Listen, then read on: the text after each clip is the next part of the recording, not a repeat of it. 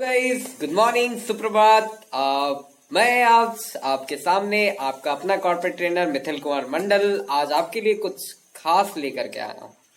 खास मतलब कुछ ऐसा चीज है जो अगर आप बहुत अच्छी बारीकी से 100% सीख जाते हो तो 80% वर्क, 80%, जी हाँ, 80% प्रॉब्लम का इशू इसी कंपोनेंट से होता है। और इस कंपोनेंट को अगर आप 80%, जी हाँ, 80% जो है समझ जाते हो, मिनिमम 80% भी, तो ये आपके लिए बहुत खास होने वाला है।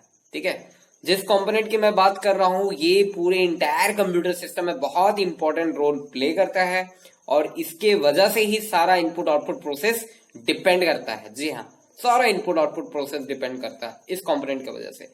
तो आप सोच सकते हो कि एक ऐसा कंपोनेंट जिसपे इनपुट डिपेंडेंट है, आउटपुट डिपेंडेंट है, प्रोसेस डिपेंडेंट है, एक कंपोनेंट बहुत इंपॉर्टेंट होगा।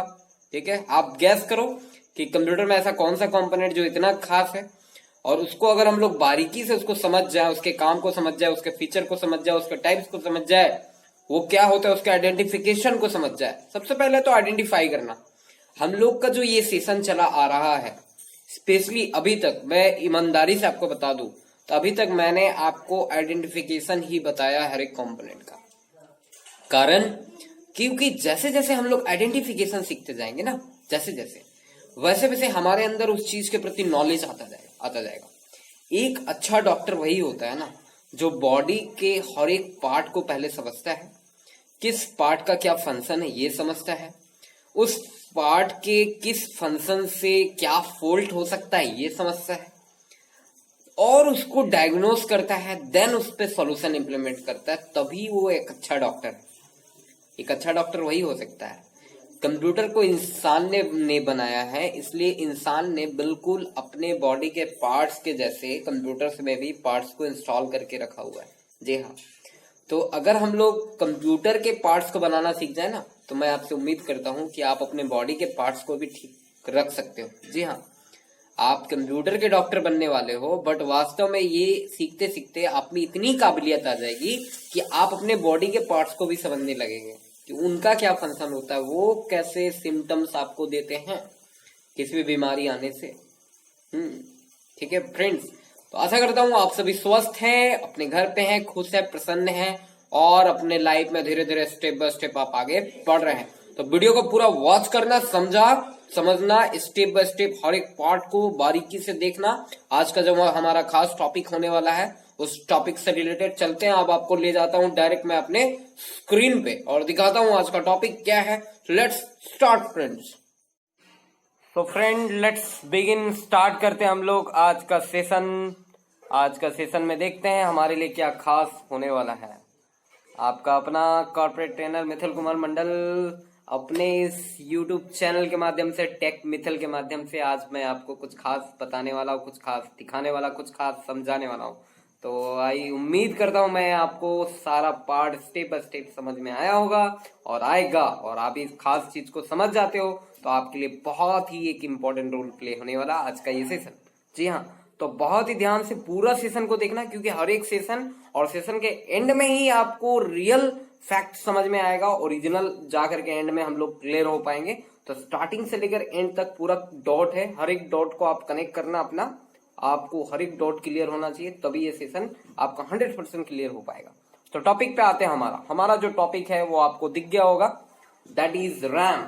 जी हाँ, रैम, RAM। कंप्यूटर सिस्टम का सबसे इंपॉर्टेंट पार्ट जो मदरबोर्ड में लगने वाला रैम।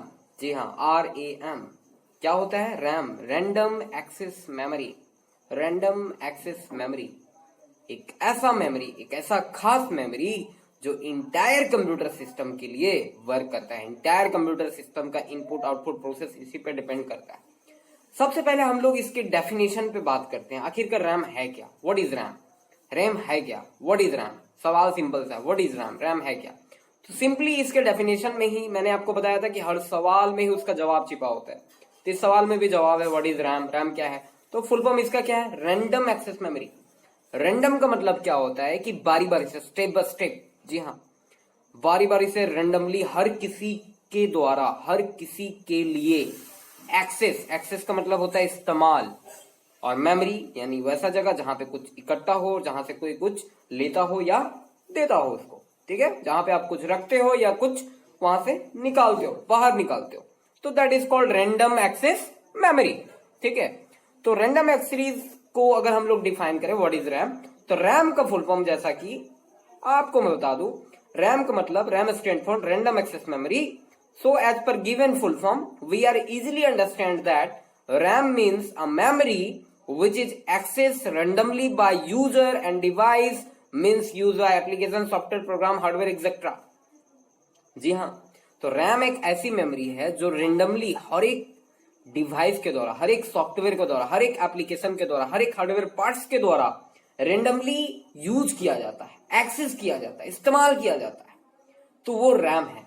वो क्या है? रैम है, रैम है, मेमोरी। तो रैम क्या है? एक ऐसा मेमोरी है, जैसा कि इसका फुल फॉर्म है रैंडम एक्सेस मेमोरी, कि रेंडमली डिवाइस के द्वारा यूज किए जाने वाला एक ऐसा मेमोरी जो हमारे इंटायर कंप्यूटर सिस्टम के पार्ट्स के द्वारा एक्सेस किया जाता है, स्टेप बाय स्टेप, बारी बारी से यूज करते हैं, उससे ही होकर के हमारा जो डेटा है वो हमारे ब्रेन तक पहुंचता है। जैसे कि मैंने बताया था कि इंसान ने कंप्यूटर को बनाया तो बिल्कुल अपने जैसा बताया। जैसे कि हमारे बॉडी में एक तंत्रिका तंत्र होता है, स्पाइनल कोड, हमारे बैकबोन में स्पाइनल कोड होता है, तंत्रिका तंत्र। इस तंत्रिका तंत्र स्पाइनल कोड जो होता है वो हमारे ब्रेन से कनेक्टेड होता है। तो हमारे ब्रेन में जो सिग्नल है, वो जो हमारे इंटायर बॉडी से जो भी सिग्नल आते हैं, उस सिग्नल को तंत्रिका तंत्र क्या करती है? हमारे ब्रेन तक पहुंचाती है, और फिर ब्रेन से उस सिग्नल को लेकर के बॉडी के अलग अलग पार्ट को डिस्ट्रीब्यूट करती है, भेज देती है, ट्रांसफर कर देती है। ठीक है, उसी प्रकार से ये रैम का भी वर्क है। रैम क्या है? सिंपली अगर समझे व्हाट इज रैम, तो रैम एक ऐसा डिवाइस, एक ऐसा मेमोरी है कंप्यूटर सिस्टम का जो रेंडमली हर डिवाइस, हर सॉफ्टवेयर, हर एप्लीकेशन, हर हार्डवेयर के द्वारा एक्सेस किया जाता है। ठीक है, दूसरे टर्म में अगर हम लोग रैम को डिफाइन करें, RAM should be define as, उसको ऐसे भी डिफाइन कर सकते हैं कि रैम कंप्यूटर का एक प्रकार का वोलाटाइल मेमोरी है। कैसा मेमोरी है? Volatile memory. वोलाटाइल मेमोरी कहने का मतलब यह है, वोलाटाइल का शाब्दिक अर्थ होता है टेम्परेरी। टेम्परेरी, परमानेंट और टेम्परेरी दो चीज होता है। कुछ चीज ऐसा होता है जो टेम्परेरी होता है, कुछ परमानेंट होता है। तो रैम टेम्परेरी मेमोरी भी आप कह सकते हो। रैम कैसा मेमोरी है? टेम्परेरी मेमोरी है। टेक्निकली इसको हम लोग वोलाटाइल कहते हैं। वोलाटाइल का मतलब होता है कि जब तक आपके मेमोरी तक पावर पहुंच रही है, आपके डिवाइस में पावर है, तब तक आपके मेमोरी में डाटा स्टोर रहेगा। जैसे ही पावर ऑफ होगा, आपके मेमोरी से जो भी डाटा अगर इकट्ठा हुआ है वो सारा लॉस हो जाएगा, खत्म हो जाएगा। ठीक है, तो रैम एक ऐसा मेमोरी है जिसको वोलाटाइल मेमोरी भी कहते हैं, जो कि टेम्परेरी मेमोरी है, और उसमें डेटा तभी तक स्टोर रहती है जब तक उसमें पावर है। जैसे ही पावर ऑफ हुआ वैसे ही डेटा लॉस हो गया। फिर आप सवाल करोगे कि फिर इसमें डेटा को स्टोर करके क्या फायदा होता है?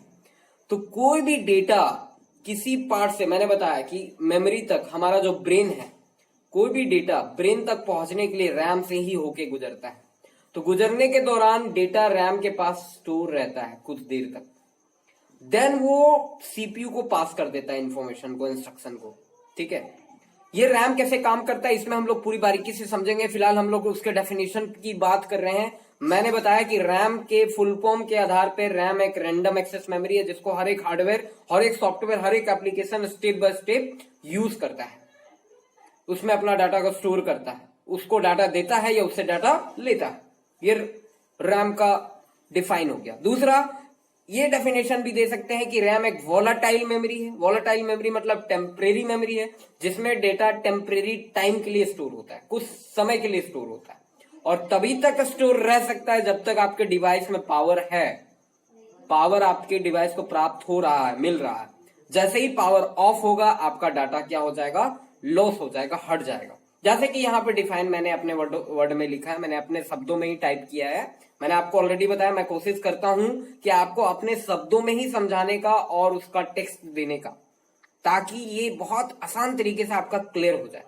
तो क्या वो है? In other words we can also say that RAM is a type of volatile memory. दूसरे शब्दों में हम लोग कह सकते हैं कि रैम क्या है? वोलाटाइल मेमोरी है, विच स्टोर डेटा ओनली, जो डेटा को तभी स्टोर रख पाता है when a device have a power, जब डिवाइस में क्या है? पावर रहता है। व्हेन पावर इज ऑफ, जैसे ही पावर ऑफ हो गया, the data of RAM is loss, the data of RAM is loss. तो रैम का डेटा क्या हो जाएगा? लॉस हो जाएगा। क्लियर है डेफिनेशन? सिंपली आप बोल सकते हो कि रैम रैंडम एक्सेस मेमोरी है, वॉलेटाइल मेमोरी है, टेम्परेरी मेमोरी है। टेम्परेरी मेमोरी है जो कुछ समय के लिए डेटा को स्टोर रखता है। जब तक पावर है तभी तक डेटा है, पावर जैसे ही गया डेटा खत्म हो गया। क्लियर?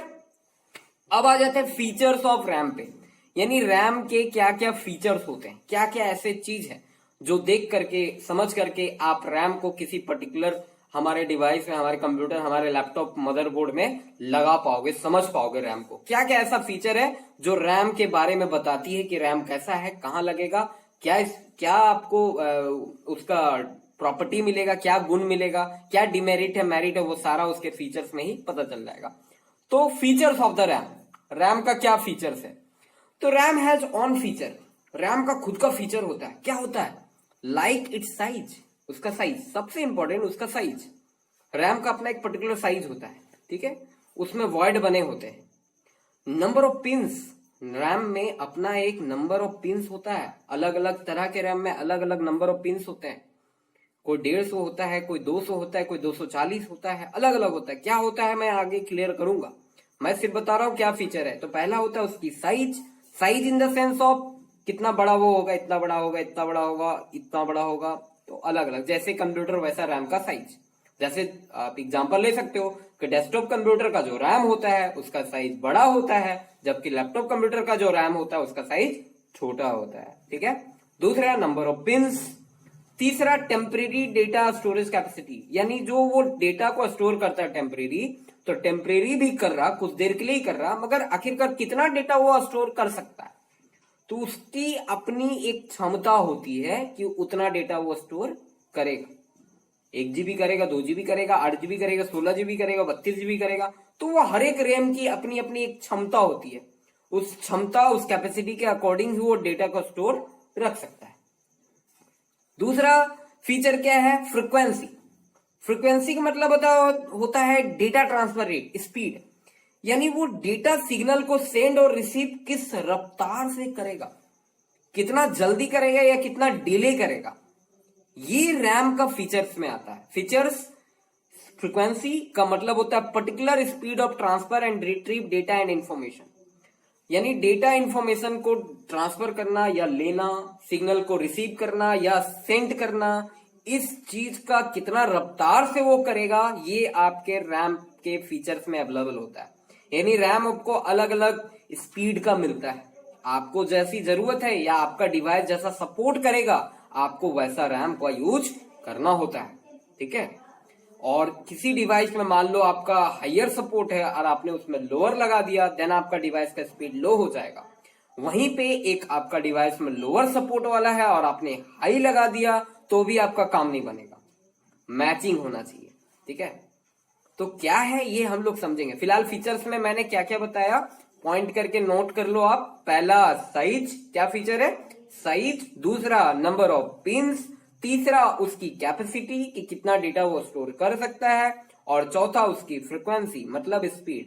ये कुल 4 फीचर रैम के होते हैं। क्या क्या फीचर्स होते हैं? आई रिपीट, साइज बड़ा छोटा अलग अलग, नंबर ऑफ पिंस, पिंस अलग अलग होते हैं अलग अलग रैम में, आपका फ्रीक्वेंसी यानी स्पीड, कितना स्पीड में वो काम करता है, और नंबर 4 उसकी कैपेसिटी, स्टोरेज कैपेसिटी को, कितना डेटा को अपने आप में टेम्परेरी टाइम के लिए ही स्टोर करके रखेगा।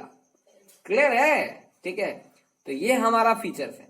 और एक 5वां फीचर इंपॉर्टेंट, वोल्टेज कंजम्पशन। हर एक रैम में अलग अलग वोल्टेज की रिक्वायरमेंट होती है। जी हाँ, लैपटॉप के रैम का वोल्टेज अलग होता है, डेस्कटॉप का रैम का वोल्टेज अलग होता है। उसको पावर चाहिए ना काम करने के लिए, तो वो पावर कितनी चाहिए आखिरकार? ठीक है। तो सबको अलग अलग अमाउंट ऑफ वोल्टेज चाहिए होता है। तो आप इस ये 5 फीचर के मदद से आप रैम को आइडेंटिफाई कर पाओगे अपने डिवाइस के लिए।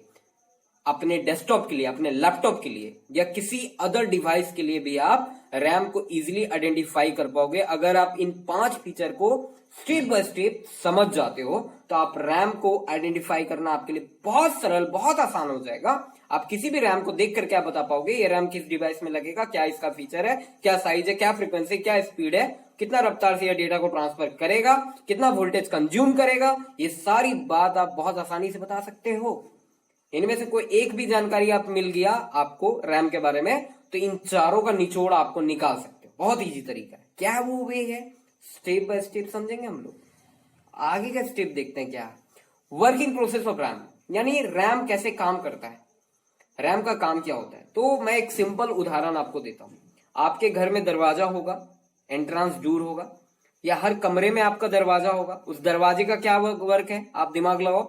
कोई भी पर्सन उस दरवाजे से भीतर आती है, बाहर जाती है, कुछ समय के लिए वो दरवाजा को क्रॉस करती है, वहां पे ठहरती है।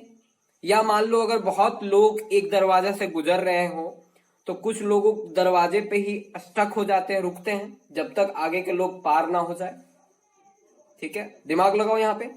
तो रैम कंप्यूटर सिस्टम का एक डोर होता है, सिंपली समझ जाओ, जिससे कोई अंदर आ सकता है या बाहर जा सकता है, अंदर आ सकता है या बाहर जा सकता है। सिंपली समझो वर्क ऑफ रैम। जब भी कोई यूजर इनपुट करता है अपने इनपुट डिवाइस से, जब भी कोई यूजर इंस्ट्रक्शन देता है कंप्यूटर को, भाई ये करो, गाना बजाओ, जैसे ही हम लोगों ने इनपुट दिया वैसे ही वो इनपुट पहले बॉस के पास गया। किसके पास, रैम के पास। जी हाँ, रैम उस इंस्ट्रक्शन को कैप्चर करती है, अपने पास लाती है। देन उस इंफॉर्मेशन को अकॉर्डिंग टू देयर स्पीड, अपने कैपेसिटी के अनुसार पर जितना इंफॉर्मेशन है उसके अकॉर्डिंग उसको रखा और देन उसको पास किया सबसे हेड बॉस के पास, द ब्रेन ऑफ कंप्यूटर, दिमाग, सीपीयू। तो रैम का काम है यूजर से, डिवाइस से इंफॉर्मेशन को कलेक्ट करना, कलेक्ट करके सीपीयू तक पहुंचाना, और देन सीपीयू क्या करेगी, उसका सीपीयू क्या करेगा, इंफॉर्मेशन का अचार बनाएगा? नहीं, सीपीयू क्या करेगा, उस पर वर्क करेगा, प्रोसेस करेगा। तो सीपीयू देन उस डेटा पे प्रोसेस किया, प्रोसेस करके वो रिटर्न कहां देना है, उसको आउटपुट करना है, स्क्रीन पे देना है, स्पीकर पे प्ले करना है, या जो भी आपका वर्क है। आपने कोई म्यूजिक प्ले किया तो स्पीकर पे गाना बजना चाहिए, वीडियो प्ले किया स्क्रीन पे आना चाहिए, गाना भी बनना चाहिए। आपने कोई इंटरनेट पे कोई सर्च टाइप किया तो वहां पे सर्च होनी चाहिए, आउटपुट होनी चाहिए स्क्रीन पे, स्पीकर पे। जो भी आउटपुट है, प्रिंट करा तो प्रिंटर से निकलना चाहिए। तो प्रोसेसर क्या किया, उस इंफॉर्मेशन को अगेन रिबैक कर दिया रैम को। अब रैम उस इंफॉर्मेशन को पर्टिकुलर जगह, पर्टिकुलर डिवाइस के सहायता से आउट कर दिया। अगर गाना है तो स्पीकर से प्ले हो गया, वीडियो है तो स्क्रीन पे प्ले हो गया, अदर काम है तो स्क्रीन पे चला। मतलब आपको इस प्रकार से आउटपुट प्राप्त हुई। ठीक है, आई होप आप समझ गए होंगे वर्किंग। डेफिनेशन के आधार पे क्या कहता है, when a user gives any input, यानी जब कोई यूजर किसी भी प्रकार का इनपुट देता है, then RAM takes the instruction by the user. RAM क्या करता है, उस इंस्ट्रक्शन को यूजर से कलेक्ट करता है, ले लेता है, and then send it to the CPU, और उसको सीपीयू को दे देता है, द ब्रेन को दे देता है। The CPU process the instruction. CPU क्या करता है, उस इंफॉर्मेशन, इस इंस्ट्रक्शन पे काम करता है, जो भी काम आया है, जैसा काम आया उसको करेगा, and send back it to the RAM, फिर रैम को दे देता है, to available as a output for given input by user. जैसे कि यूजर ने इनपुट दिया था उसको आउटपुट के रूप में उपलब्ध कराने के लिए सीपीयू दोबारा उसको रैम को दे देता है, और रैम उसको क्या करता है, आउटपुट के रूप में प्रेजेंस कर देता है। ठीक है, समझ गए। इसको हम लोग ऐसे भी कह सकते हैं, we can also say that RAM work like a door. जैसा कि मैंने आपको एग्जांपल दिया, रैम कैसे काम करता है, एक दरवाजे के जैसा। That help instruction to take in, जो इंस्ट्रक्शन को अंदर लाता है, फॉर प्रोसेसिंग के लिए। प्रोसेसिंग कौन करेगा, processor, the brain of computer, CPU. And then reback instruction as output, then instruction को रीबैक देता है फॉर आउटपुट के लिए। Means all input, process and output depending on the RAM. यानी कह सकते हैं कि सारे इनपुट और प्रोसेस, आउटपुट ये डिपेंड करता है हमारे रैम पे, कि रैम ही है जो हमारे दिए हुए इनपुट, इंस्ट्रक्शन को स्टोर करके रखता है और उसको देता है सीपीयू तक, पहुंचाता है सीपीयू तक। सीपीयू से फिर इंस्ट्रक्शन को लेता है, देता है हमें। ठीक है, तो रैम सिंपली आप समझ जाओ आपके घर का दरवाजे के जैसा है, जो किसी भी इंस्ट्रक्शन को अंदर आने देता है, फिर इंस्ट्रक्शन पे जब काम हो जाता है सीपीयू के द्वारा तो वो हमें आउटपुट के रूप में बाहर भी जाने देता है। जैसे आप दरवाजे से अंदर आए तो सेम दरवाजे से आप बाहर भी जा सकते हो, कुछ ऐसा। ठीक है, तो आप समझ गए होगा working process of RAM. Next हम लोग समझते हैं important the types of RAM. जी हाँ, रैम अलग अलग टाइप्स का है, बहुत तरह तरह के रैम आज के डेट में अवेलेबल हैं। फिर भी जो यूज होते हैं मैंने सिर्फ वो लाया है, और मैं आपको कुछ पुराने भी बता दे रहा हूं वो सारा क्या क्या है। तो सबसे पुराना जो रैम है वो है एस रैम, स्टैटिक रैम, जिसकी कैपेसिटी बहुत कम, जिसकी डेंसिटी बहुत कम, जिसका साइज बहुत बड़ा, जो बहुत डमी, जो पुराने कंप्यूटर्स में यूज होते थे 1980, 80, 70, 75 के दौर में। स्टैटिक रैम, एस रैम, जिसकी कैपेसिटी 1 KB, 2 KB हुआ करता था, 5 KB होता था। अभी का रैम ऐसे मिलेंगे नहीं। दूसरा फिर आया आपका D RAM, means dynamic RAM. Third आपका एस रैम, मतलब स्टैटिक रैम और डी रैम दोनों को मिला करके बनाया गया S D RAM. The full form is synchronise dynamic RAM. Then जो अभी आपका चल रहा है वो दौर आया डीडीआर का। डीडीआर का दौर से आप शायद रैम का नाम सुने हो, डीडीआर से। डीडीआर का फुल फॉर्म होता है डुअल डेटा रेट या double data rate. Data rate वहां पे दुगना कर दिया गया और इसको दुगना करता गया कंप्लीटली अभी तक प्रेजेंट में ये दुगना होता ही जा रहा। तो डीडीआर के बाद आया डीडीआर 2, यानी डीडीआर का भी दुगना का भी दुगना, यानी डबल डेटा रेट 2। यानी अगर डेटा रेट किसी का 10 है तो यहाँ पे डबल होके क्या हो गया, 20 हो गया। फिर आपका आया डुअल डेटा रेट 3, यानी डीडीआर 3। नेक्स्ट आपका डीडीआर 4, डुअल डेटा रेट 4। तो इस प्रकार से आपको अलग अलग टाइप्स का रैम आज के डेट में अवेलेबल है। अभी का अगर मैं प्रेजेंस का बात कर दूं तो अभी हमारे पास डेस्कटॉप कंप्यूटर में डीडीआर 2, डीडीआर 3 देखने को मिलते हैं, और नॉर्मली जितने भी लैपटॉप्स कंप्यूटर आते हैं अभी प्रेजेंस में, वहां पे आपको डीडीआर 4 देखने को मिल सकता है। जनरली डीडीआर 2 और डीडीआर 3 जो है प्रेजेंस में हर डेस्कटॉप, हर कंप्यूटर में आपको मिलेंगे ही मिलेंगे। ठीक है, डीडीआर भी बहुत ओल्ड है, बहुत पुराना है, जो पहले के कंप्यूटर्स में हुआ करता था। अभी बहुत सारे पुराने ऑफिस के कंप्यूटर्स में आपको डीडीआर रैम अवेलेबल मिल सकता है। तो these are few types of RAM. अब इन टाइप्स को हम लोग डिफाइन करेंगे, इन टाइप्स को समझेंगे स्टेप बाय स्टेप। कैसा दिखता था ये लुक वाइज मैं आपको एक एक करके दिखाऊंगा। ठीक है, आप इन सारे रैम के टाइप्स को माइंड में रखें, और दूसरा चीज ये माइंड में रखें कि अभी जो रैम चल रहा है वो क्या चल रहा है, डीडीआर 2 चल रहा, डीडीआर 2, डीडीआर 3 और डीडीआर 4। डीडीआर 4 लेटेस्ट है, बिल्कुल लेटेस्ट है, न्यू टेक्नोलॉजी, जो लेटेस्ट लैपटॉप्स, डेस्कटॉप में अवेलेबल आपको मिल जाएंगे। ठीक है दोस्तों, फ्रेंड्स, स्टूडेंट्स, तो आगे हम लोग समझते हैं रैम के टाइप्स को। तो सबसे पहला जो हमारा रैम है स्टैटिक रैम। तो स्टैटिक रैम कुछ ऐसा दिखता था, ये देखो इसका साइज। अगर आप में से कोई टीवी पे वीडियो गेम खेला है, टीवी वाला वीडियो गेम पुराना, तो उस टाइम वीडियो गेम के लिए कार्ड आता था छोटा सा, जैसा आपको ये रैम दिख रहा बिल्कुल वैसा ही वो गेम कार्ड हुआ करता था। मैं बहुत खेलता था गेम, एक फेमस था सुपर मारियो और कॉन्ट्रा। मैंने अपने बचपन में 6 स्टैंडर्ड के आसपास, 6-7 में मैंने इस गेम को खूब खेला है, टीवी पे खूब खेला है। उस टाइम कार्ड आते थे, कार्ड में मैं सुपर मारियो, अलादीन 2-3 परचेज करके लाया था गेम को, और टीवी में कनेक्ट करता था और उसको अपने रिमोट से खूब खेलता था, बड़ा मजा आता था। तो वो जो कार्ड होता था बिल्कुल ऐसा ही होता था, मेरे को याद है। मैंने अपने रियल लाइफ में स्टैटिक रैम का यूज नहीं किया कंप्यूटर में, बट मैंने स्टैटिक रैम जैसा रैम देखा है। ठीक है, जो कि आपका 16 के आपका स्टैटिक रैम, ये जो आपको मैंने दिखा रहा हूं। दूसरा है हमारा डायनेमिक रैम। शायद ये रैम आप लोग बाजार में देख सकते हो, मिल सकता है, नॉर्मली रनिंग कंडीशन में नहीं, ओल्ड एज अ डमी आपको देखने को मिलेगा। That is D RAM, means dynamic RAM. Dynamic RAM में क्या होता था, बहुत सारे आईसीज लगे होते हैं, बहुत सारे आईसीज की कैपेसिटी कम होती थी, 2, 4, 5 केबी, 10 केबी, 20 केबी मैक्सिमम केबी में ही होता था। 20 केबी, 10 केबी, 5 केबी के आसपास का इसका साइज होता था। ठीक है, तो ये सारा रैम यूज के लायक नहीं है, आज के डेट में यूज नहीं होता। ये हमारा पास्ट है, ये हमारी हिस्ट्री है, इस वजह से मैंने आपको बताया दिया। दूसरा, इसके बाद जो रैम आया SD RAM, synchronise dynamic random access memory, RAM का फुल फॉर्म। ठीक है, synchronise dynamic random access memory. इस रैम का पहचान ये है कि आप जैसा पिक्चर में देख सकते हो, जहां पे इसकी पिन है वहां पे 2 कट है। कट मार्क कितने हैं, 2, एक मिडिल में है और एक साइड में है। तो अगर आपको किसी डेस्कटॉप में ऐसा 2 कट दिख जाता है तो आप समझ जाओ कि वो एसडी रैम है, ओल्ड वाला रैम। इसकी कैपेसिटी मैक्सिमम 128 MB तक ये अवेलेबल था। 128 MB तक ये रैम आया है मार्केट में। हम लोगों ने जब पढ़ाई करा था तो हम लोगों ने इस रैम का यूज करा है, डेस्कटॉप में इसको लगाया है, इसका इस्तेमाल करा है।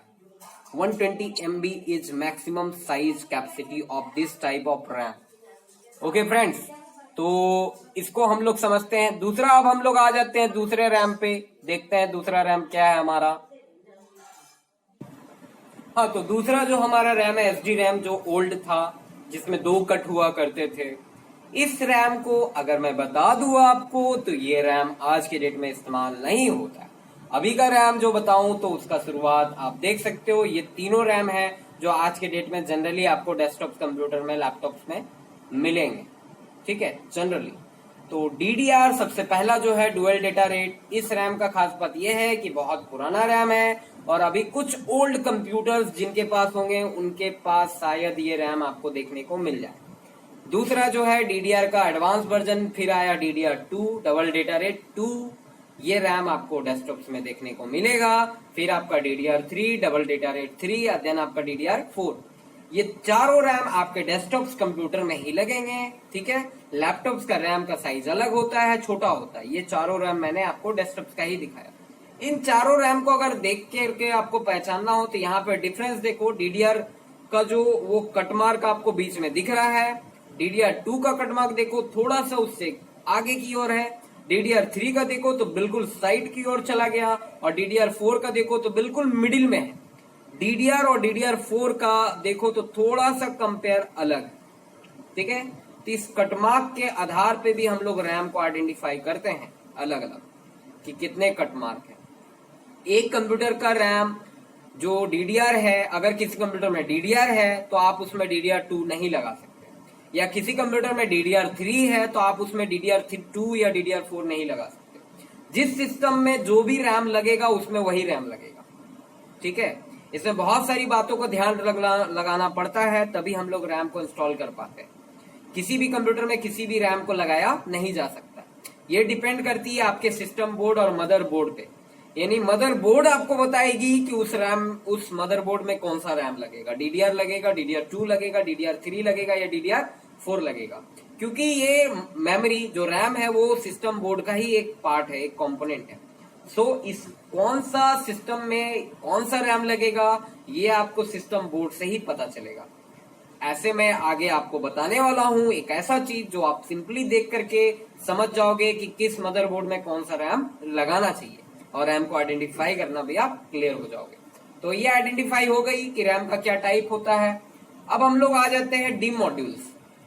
डिम मॉड्यूल्स यानी रैम का जो फीचर मैंने बताया था, पिंस। डिम मॉड्यूल्स यहाँ पे कहने का मतलब होता है डेस्कटॉप का रैम। डिम का फुल फॉर्म होता है dual in line memory module. Dual in line, I repeat, DIMM dual in line memory module. तो DIMM modules specially design for desktop computer, not for laptop.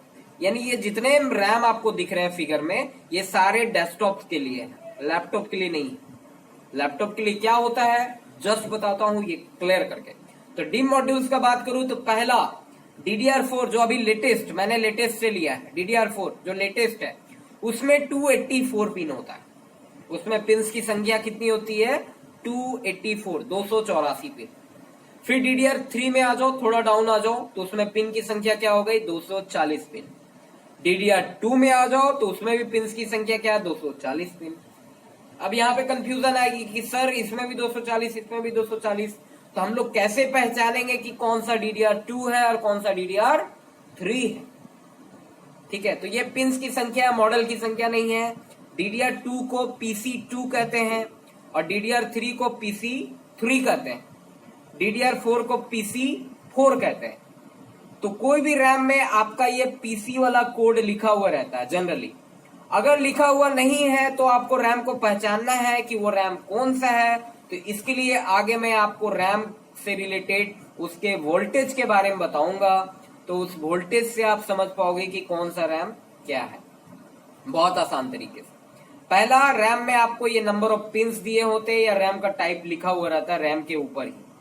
दूसरा उसका model लिखा होता है, जैसे कि मैंने बताया डीडीआर को पीसी कहते हैं, डीडीआर को पीसी कहते हैं, DDR2 को PC2 कहते हैं, DDR3 को PC3 कहते हैं और DDR4 को PC4 कहते हैं। ठीक है, तो DDR2 भी 240 पिन का है, DDR3 भी 240 पिन का। जो DDR रैम है वो 184 पिन का होता है, जो कि ओल्ड है। और SD रैम उससे भी ओल्ड है, जिसमें 2 कटिंग होते हैं। सबसे लास्ट आप नीचे देखो, इसमें 2 कट मार्क है, एक बीच में है और एक साइड की ओर है। तो SD रैम में जो होते हैं आपके कुल 168 पिंस होते हैं, जो कि जनरली आज के डेट में यूज नहीं होता। तो आई होप कि आपको सारा पिंस का समझ में आ गया होगा कि कौन सा रैम में क्या होता है। ठीक है, हर एक कड़ी को आपको बार बार समझना होगा। रैम बहुत ही इंपॉर्टेंट टॉपिक है। जी हाँ, तो इससे रिलेटेड आगे भी सेशन मैं बनाऊंगा। ऐसा नहीं कि सेशन में 100%, 80%, मैंने बताया था 80% आपको क्लियर हो जाएगा, 20% मैं बचा के रखा हूं, क्योंकि 80% करते हैं फिर 80-20, 80% आ गया तो 20% में कोई दम नहीं है, वो इजीली हो जाएगा। ठीक है, तो रैम डिम मॉड्यूल। अब आ जाते हैं सोडिम। अब यहाँ पे लिखा हुआ सोडियम मॉड्यूल। तो जैसे कि मैंने बताया था कि डिम मॉड्यूल जो था, इससे पहले जो मैंने आपको दिखाया, ये आपके डेस्कटॉप कंप्यूटर के लिए होते हैं, डेस्कटॉप कंप्यूटर के लिए। उसी तरह से सोडियम मॉड्यूल जो है ये आपके लैपटॉप कंप्यूटर के लिए, स्पेशली लैपटॉप्स के लिए। जितने भी लैपटॉप है उसमें सोडियम ही रैम यूज किया जाता है। सोडियम का फुल फॉर्म होता है स्मॉल आउटलाइन।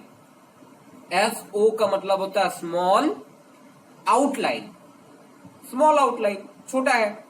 और डिम का आपको मालूम है dual in line memory module. ठीक है, टॉपिक से रिलेटेड मैं आपको कुछ क्वेश्चन करूंगा, तो उन सारे बातों को ध्यान रखो, हर एक फुल फॉर्म को, सारे फुल फॉर्म। मैंने बताया कि कोई भी वर्ड लिखा हुआ अगर आपको उसका फुल फॉर्म पता है तो आप उसके बारे में पता कर लोगे, बहुत आसान है। तो सोडियम का मतलब होता है small outline dual in line memory module. तो SODIMM RAM specially design for laptops computer, और डिम रैम जो है वो डेस्कटॉप कंप्यूटर के लिए था।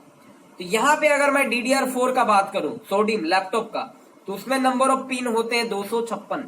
DDR4 में कितने पिन होते हैं? 256, जो कि लैपटॉप में यूज होता है। DDR और DDR2 का बात करूं तो उसमें 200 पिन होता है, दोनों में सेम। DDR में भी 200 होता है, DDR2 में भी 200 होता है। DDR3 का अगर बात करूं तो उसमें 204 पिन होता है। जनरली DDR3 अभी लैपटॉप्स में आते हैं। DDR4 लेटेस्ट है, जो कि 256 पिन का होता है, और DDR3 में 204 पिन होता है। DDR और DDR2 में सेम 200 पिन होता है। SD रैम का अगर मैं बात करूं तो ये आपका 144 पिन का होता था, जो कि पहले के लैपटॉप में आते थे। और EDO या RD रैम एक यूज होता था लैपटॉप में बहुत पुराने समय में, तो उसमें आपके 72 पिन होते थे, 72 पिन होते थे। तो जनरली अगर मैं बात करूं अभी का जनरेशन का, अभी के लैपटॉप्स का बात करूं, तो अभी आपको DDR3 देखने को मिलेगा, DDR4 देखने को मिलेगा। तो DDR3 में जो पिंस की संख्या होती है वो 204 होता है, 204 होता है। और DDR4 जो लेटेस्ट है उसमें आपका 256 होता है। और DDR और DDR2 में जो पिंस की संख्या होती है वो 200 होती है, 200 होती है। क्लियर है दोस्तों, फ्रेंड्स, आपका पिंस। नेक्स्ट हम लोग आ जाते हैं रैम के टाइप, उसमें क्या आपको फ्रीक्वेंसी यानी स्पीड क्या मिलेगी, और उसका ऑपरेटिंग वोल्टेज यानी रैम कितने वोल्टेज पे काम करती है। सबसे इंपॉर्टेंट आपका ये टॉपिक है। अगर आप ये समझ गए तो आप रैम को पहचानना, किस डेस्कटॉप किस लैपटॉप में रैम लगानी है और कैसे लगानी है, ठीक है, क्या काम करेगा या नहीं काम करेगा, ये पूरा आपका क्लियर होने वाला है, पूरा क्लियर हो जाएगा अगर ये आप समझ जाओ। इस स्क्रीन को ध्यान से देखो और इसको क्लियर स्टेप बाय स्टेप ध्यान से समझो। पहला मैं पुराना बात कर दूं, स्टार्ट करता हूं ओल्ड से। SD रैम पुराना, ठीक है, इसमें ज्यादा ध्यान नहीं, फिर भी ध्यान से समझना। SD रैम, तो इसकी जो DTR होती है, DTR का मतलब होता है data transfer rate, frequency speed, वो 100 से 166 होती है। रैम के स्पीड को MHz में नापा जाता है। MHz का मतलब होता है mega hertz, mega hertz frequency. जी हाँ, तो SD रैम का जो फ्रीक्वेंसी होता है 100 मेगा हर्ज से लेकर के 166 मेगा हर्ज तक होता है। और ये आपके 3 पॉइंट समथिंग वोल्टेज, 3.5 3.3 वोल्ट पे काम करता है।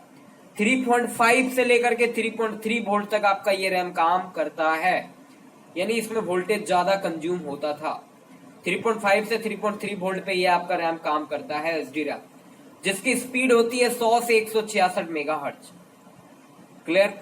नेक्स्ट आते हैं नीचे थोड़ा सा, अभी ये खत्म नहीं हुआ, स्टेप बाय स्टेप समझो, फिर इसका मैं यूज बताऊंगा। DDR, dual data rate RAM, 266 megahertz से लेकर के 400 मेगाहर्ट्ज इसकी डाटा ट्रांसफर रेट होती है, डीटीआर होती है, स्पीड होती है। 266 से 400 तक आपको मिलेगा डीडीआर, चाहे वो लैपटॉप हो या डेस्कटॉप हो, दोनों के लिए मैं बता रहा हूँ, ये सीन दोनों के लिए है, दोनों के लिए है ये चीज। तो इसमें जो वोल्टेज होती है, ऑपरेटिंग वोल्टेज, वो 2.5 से लेकर के 2.6 वोल्ट तक ये वोल्टेज लेता है। यानी इस रैम को काम करने के लिए जो वोल्टेज की रिक्वायरमेंट होती है वो 2.5 से 2.6 वोल्ट तक का होता है। नेक्स्ट आ जाते हैं DDR2। DDR2 का जो स्पीड होता है, फ्रिक्वेंसी होती है, वो आपका 400 से लेकर के, जी हाँ 400 से लेकर के, जैसा मैंने स्क्रीन में 533 लिखा है, बट एक्चुअल में 400 से लेकर के 800 मेगाहर्ट्ज तक होता है। 400 से लेकर के 800 मेगाहर्ट्ज तक फ्रीक्वेंसी DDR2 का होता है। और इसकी जो ऑपरेटिंग वोल्टेज है वो 1.8 वोल्ट का है। 1.8 वोल्ट में ये आपका वर्क करता है, मतलब 1.8 वोल्ट इसको चाहिए होती है। DDR4 जो dual data rate 4 latest RAM, sorry DDR3 छूट गया था अभी, DDR3 इसकी जो फ्रीक्वेंसी स्टार्टिंग है वो 1066 नॉर्मली अभी आपको मिलेगी, बट इसके स्टार्टिंग जो है वो 800 मेगाहर्ट्ज से है। 800 से लेकर के 1600 मेगाहर्ट्ज तक आपको डेटा ट्रांसफर रेट इसमें मिल जाता है, मेगाहर्ट्ज का। और इसकी जो ऑपरेटिंग वोल्टेज होती है वो 1.35 वोल्ट से लेकर के 1.5 वोल्ट तक होता है। यानी इसको वर्क करने के लिए 1.35 वोल्ट से लेकर के 1.5 वोल्ट का पावर चाहिए होता है। नेक्स्ट जो हमारा लेटेस्ट रैम है DDR4, इसकी जो कैपेसिटी होती है वो 2133 मेगाहर्ट्ज से लेकर के 3200 मेगाहर्ट्ज तक स्पीड ये होता है, और ये सबसे कम वोल्टेज लेता है 1.2 वोल्ट।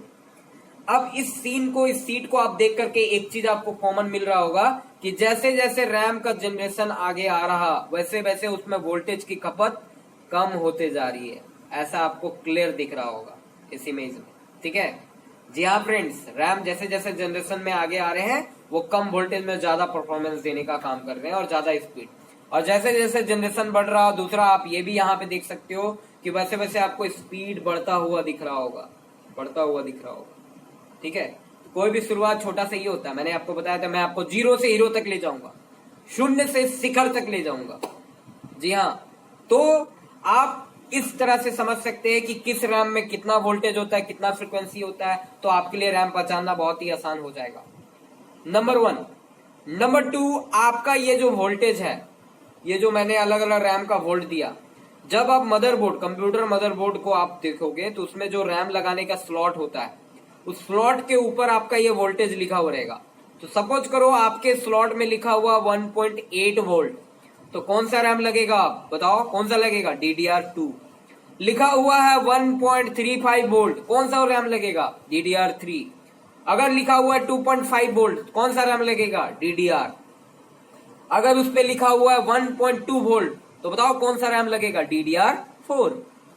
जी हाँ, बहुत आसान है ना। इसके अलावा रैम की कैपेसिटी का मैंने बात की थी कि रैम का फीचर में रैम का स्टोरेज कैपेसिटी है उसकी अपनी होती है, तो हर एक रैम की अपनी अपनी कैपेसिटी होती है। आज के डेट में आपको 2 GB से लेकर के 128 GB तक रैम अवेलेबल है। कैसे कैसे अवेलेबल है, क्या क्या साइज होती है, क्लियर मैं बता दूं। आप 1 GB उससे भी कम आ जाओ तो 512 MB का भी रैम अवेलेबल है, बट 512 MB आपको मिलेगा DDR। जो DDR रैम का अगर मैं बात करूं, DDR का ही बात करूं क्योंकि अभी DDR चल रहे हैं, DDR, DDR2, DDR3, DDR4, तो DDR वर्जन का बात करूं, स्टार्ट करता हूं मैं DDR से। तो DDR रैम जो है वो आपको 512 MB से स्टार्ट होकर के मैक्सिमम 2 GB तक आपको अवेलेबल मिल जाएंगे मार्केट में, बट DDR अभी क्लोज हो गया तो इट में भी आपको मिल जाए। कितना से? 512 MB से लेकर के 2 GB तक। DDR2 का अगर मैं बात करूं तो DDR2 आपको 512 MB से लेकर के 4 GB तक का रैम अवेलेबल है मार्केट में DDR2 का। और DDR3 का अगर मैं बात करूं तो मैक्सिमम मिनिमम 1 GB, वो 1 GB से स्टार्ट हुआ है, 1 GB से लेकर के आपको 64 जीबी तक अवेलेबल है, 128 जीबी तक भी अवेलेबल है DDR3। और DDR4 का मैं बात करूं तो वो मिनिमम 4 जीबी से स्टार्ट होता है, 4 जीबी से लेकर के वो आपका 128 जीबी तक अवेलेबल है मार्केट में। ठीक है, तो हर रैम की अपनी स्टोरेज कैपेसिटी होती है, अलग अलग होती है। यानी अगर मैं DDR2 का बात करूं तो DDR2 आपको 512 MB का भी मिल जाएगा, 1 जीबी का भी मिल जाएगा, 2 जीबी का मिलेगा। बोलोगे सर 3 जीबी? नहीं, 3 जीबी नहीं आता है, ऑड में नहीं आता है। 4 जीबी का मिलेगा, देन आपको 8 जीबी का मिलेगा, देन आपको 16 जीबी का मिलेगा। डबल करो, मैंने बताया DDR डबल डेटा रेट, तो बीच का ऑड नंबर नहीं। कोई बोलेगा सर 14 जीबी का मिलेगा? नहीं मिलेगा। कितना मिलेगा? 16 जीबी का मिलेगा। फिर कितना मिलेगा? 32। फिर कितना मिलेगा? 64। फिर कितना मिलेगा? 128। फिर कितना मिलेगा? 256। तो डबल करो। ठीक है, ऐसा बीच वाला नहीं, ऑड नंबर नहीं, इवन नंबर। 2 जीबी आपको मिल सकता है, 4 जीबी मिलेगा, 8 जीबी मिलेगा, 16 जीबी मिलेगा।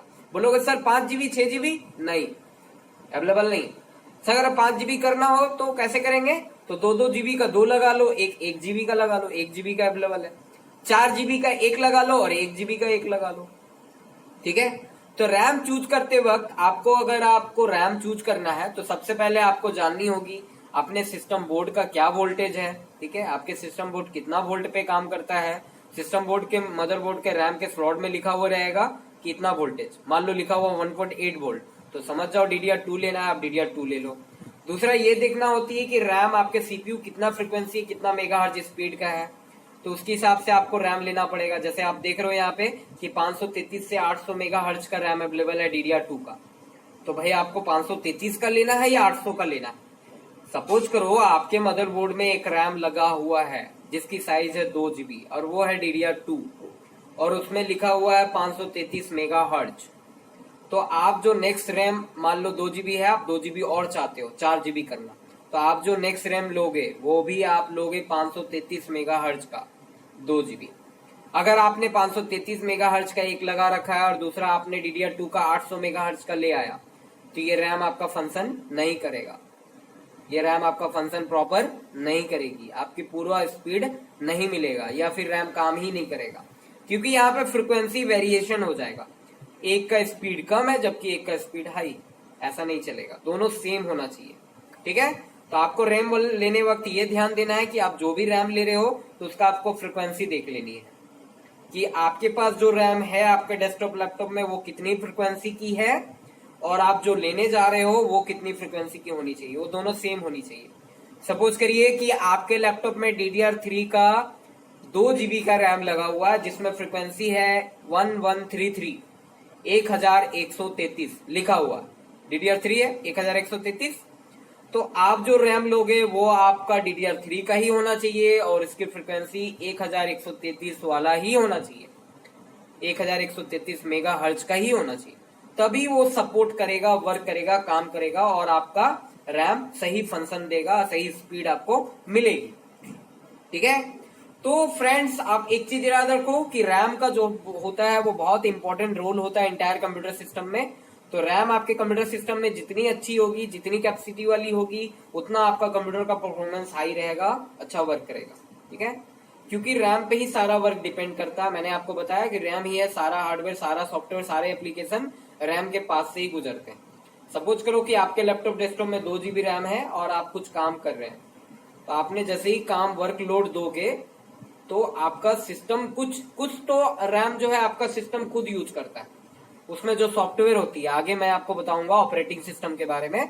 तो आपका रैम ऑपरेटिंग सिस्टम जो है रैम को कुछ यूज करता है, 50% आपका ऑपरेटिंग सिस्टम यूज कर लिया। 1 जीबी 2 जीबी रैम है, 1 जीबी आपका सिस्टम यूज कर रहा, अब 1 जीबी आपके लिए खाली पड़ा हुआ, तो इस 1 जीबी में आपने कुछ काम कर रहे हैं, आप कुछ डाउनलोड कर रहे हैं, कुछ वर्क कर रहे हैं, तो वहां पे कुछ ना कुछ MB आपका यूज हो रहा है। आप स्पीकर लगा के रखे हैं, आप पेन ड्राइव लगा के रखे हैं, आप एक्सटर्नल हार्ड डिस्क लगा के रखे हैं, आप प्रिंटर यूज कर रहे हैं, तो हर किसी के पास वो 1 जीबी का ही रैम जो है अलग अलग जगह पे डिस्ट्रीब्यूट हो रहा। तो एक समय ऐसा आएगा कि अगर आपका वर्कलोड ज्यादा हो गया देन आपका कंप्यूटर स्लो हो जाएगा। कारण क्योंकि आपके पास 1 जीबी सिस्टम यूज कर रहा है, 1 जीबी आपके पास है, आपने वर्कलोड इतना दे दिया कि वो 1 जीबी फुल हो गया, ओवरलोड हो गया, देन प्रॉब्लम होगी। ठीक है, तो रैम के वजह से ही मैक्सिमम प्रॉब्लम होता है। स्टेप बाय स्टेप हम लोग समझेंगे। तो आज का सेशन में हम लोग ने ये सारा बात समझा कि रैम क्या होता है, कैसे वर्क करता है, क्या फीचर होता है, क्या उसकी स्पीड होती है, क्या उसमें नंबर ऑफ पिन्स होता है, कितना वोल्ट पे काम करता है, कितने टाइप्स का रैम होता है, डेस्कटॉप और लैपटॉप के रैम में क्या फर्क है, साइज का फर्क है, स्पीड का फर्क है। ठीक है फ्रेंड्स, तो आज का टॉपिक हम लोग खत्म करते हैं। इस सेशन को आप पूरा वॉच करो। आई होप कि आपने पूरा वॉच किया होगा।